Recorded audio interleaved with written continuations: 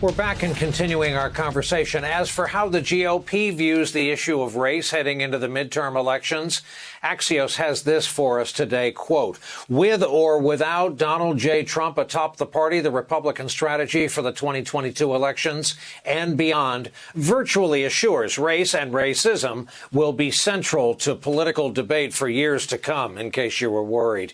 In an era when every topic seems to turn quickly to race, Republicans see this most divisive issue as either political necessity or an election winner. So that's where we are. Still with us, Eugene Robinson and Mike Murphy. And Eugene, I want to start with a quote from my favorite columnist who looks shockingly like you. This man, Mr. Robinson, writes, there are those who deny that anything called systemic racism is a feature of the American landscape. They should be aware that history tells a very different story. Eugene, I note that this is in the wake of a first American president to go to Tulsa to talk about and embrace what happened in Tulsa and the national shame that it should have been all these many decades. But in your view, what should the conversation on race consist of right now? Well, first of all, it should consist of an acknowledgement of our history, of our full history. As I put out in that column, Tulsa was perhaps the worst, arguably the worst, but certainly not the only white mob massacre of African American communities across the country in the early decades of the 20th century. This was not a one-off. It happened in Atlanta in 1906. It happened in so many cities in 1919 that it was called the Red Summer. And these were white riots aimed at destroying black businesses, which were competing with white businesses, aimed at killing and intimidating black workers who were competing against whites successfully for jobs in the growing industrial economy. And this is part of our history. So, the right wing is all a flutter about, critical race theory and how that should never be. Yeah, I guarantee that 0.0001% of those critics has ever read one of the dry academic journal articles about critical race theory, or even knows what it is. That's not the point. It's the history. It's learning and acknowledging and coming to terms with what happened. And when we do that, then we can understand what the phrase systemic racism means.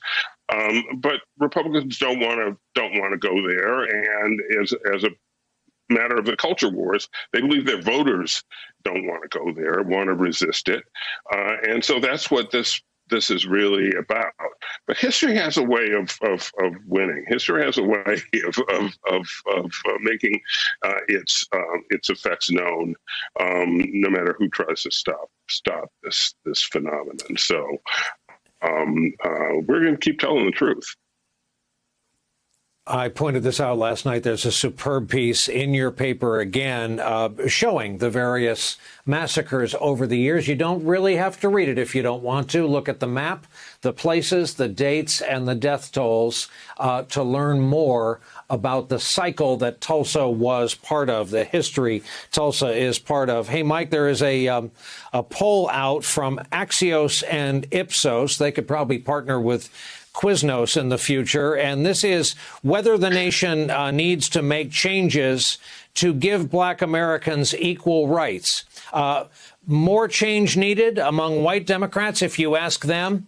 Yes, there's more change needed, 87%. Enough change already? Sounds like the late Jerry Stiller is now writing the questions. Among white Republicans, 79%. There's been just about enough. We're fine. So, Mike, 8 in 10 responding Republicans, isn't that the core that so many politicians are aiming for right now, whether they admit it or not?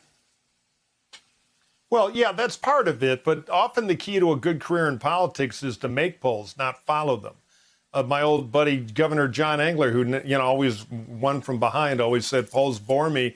They're what happened a week ago. The question is the future and what we're going to do to make it. So I do think one of the things we're struggling with in politics now is this identity groupism we have. Now, look, there is a legacy of systemic racism in our country, and we have to talk about our history clearly.